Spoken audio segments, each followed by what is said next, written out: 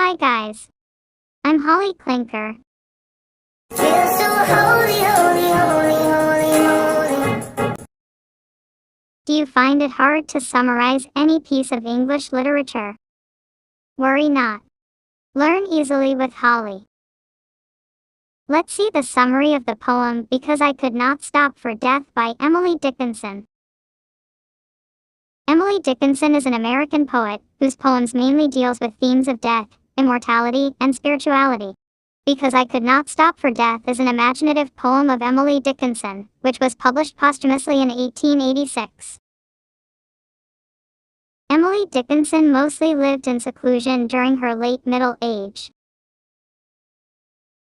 Seclusion means isolating oneself and living in private, away from the outer world. She did not have a social life and never married. She died at the age of 55 in 1886. She spent most of her time in writing mysterious poems. Her poems did not have titles initially. Later the first line of her poems were considered as their respective titles to differentiate one from the other. It is believed that Emily Dickinson was depressed by the subsequent deaths of her close people during her adolescence, which resulted in her melancholic writings of poem that mostly dwelt upon death and its inevitability. Inevitability means a situation that is unavoidable or cannot be escaped. In this poem, the poet or speaker has an attraction for death, who is personified as a young gentleman or a suitor. The poet assumes death as her fiancé, who kindly stops his carriage to give her a courteous ride to the afterlife.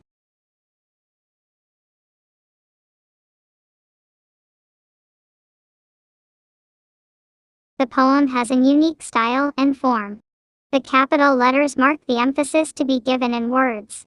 The poem is a masterpiece for its treatment of death and love in an equal scale. The poem begins as the speaker says, "Because I could not stop for death. He kindly stopped for me." The above lines refers to the inevitability of death. Though many people do not choose to die, yet have to die at some point of their life. Although the speaker could not stop for death, death himself stops for the speaker. There are three characters in the carriage: the speaker, death, and his companion immortality, who's probably the coachman. Immortality is a concept of eternal life. It is the existence of the soul even after death, or simply the ability to live forever. Coachman is the person in the front seat, who directs the horses while riding the carriage. Still not subscribed? Subscribe now. Subscribe now. Don't ignore to like, share, and comment below. And I had put away my labor and my leisure too, for his civility.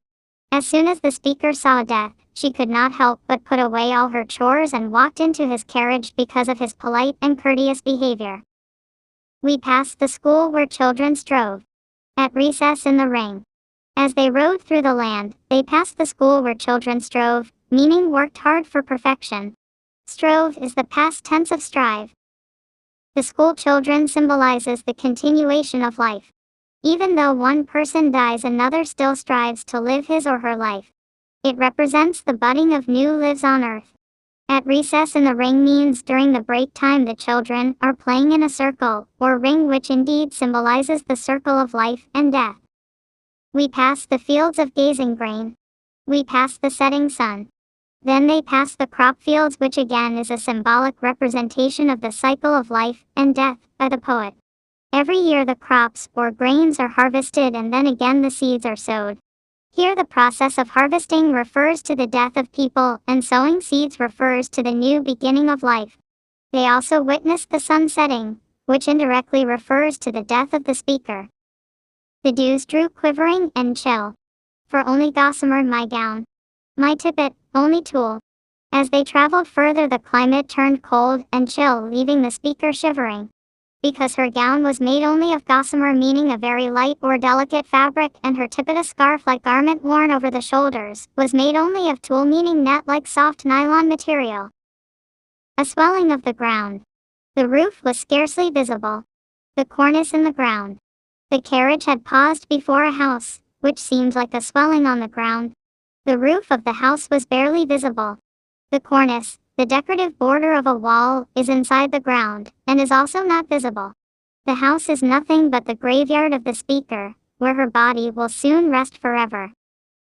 In the final stanza, the speaker realizes the reality of human life. One's whole life of centuries feels shorter than a day after the arrival of death.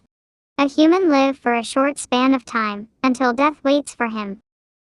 I first surmised the horses' heads were toward eternity. The last lines of the poem suggest that the poet or speaker has not yet reached her destiny, that is the life of eternity. She is hoping that death will ride her towards eternity, looking at the way the horses' heads are turned in a particular direction, which she assumes is the way to eternal life.